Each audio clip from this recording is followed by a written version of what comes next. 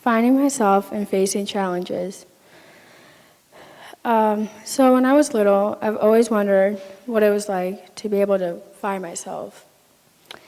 I've always had problems wondering if I was just that kid with issues.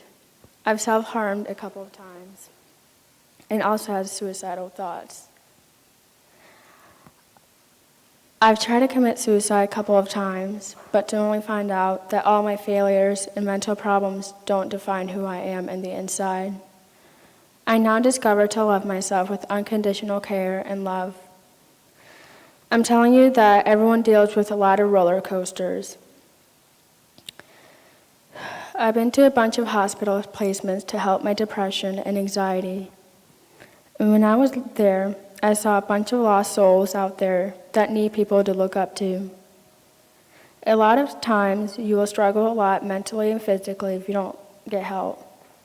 And there will be thoughts that will constantly be dragging you down and constantly telling you that you're not enough, and you just gotta fight it. When you face challenges that make you feel overwhelmed, you need to remind yourself, keep fighting. You're almost there. I'm grateful that I'm alive today because I know that I'm needed in this world.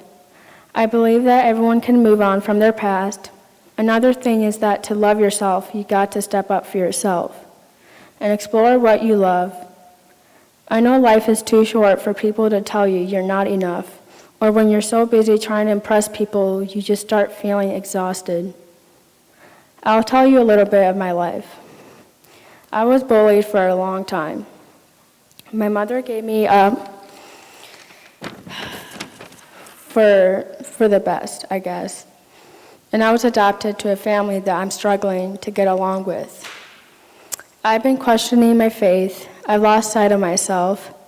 But when I first came to US, I started going to therapies for years, and some didn't work, and there was just so much going on. I discovered why it didn't work, because I was expecting the therapist to fix me, to change what was wrong with me. I discovered that I had to accept that I'm different than a lot of people. I've always wanted to be normal, to have a perfect life. But in case if you haven't noticed, normal doesn't exist. It's a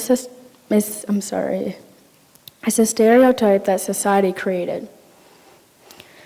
That you have to be skinny and this beautiful, tall person, but it's actually false. The world tells us to be a certain person and to just be that person, to be someone you're not.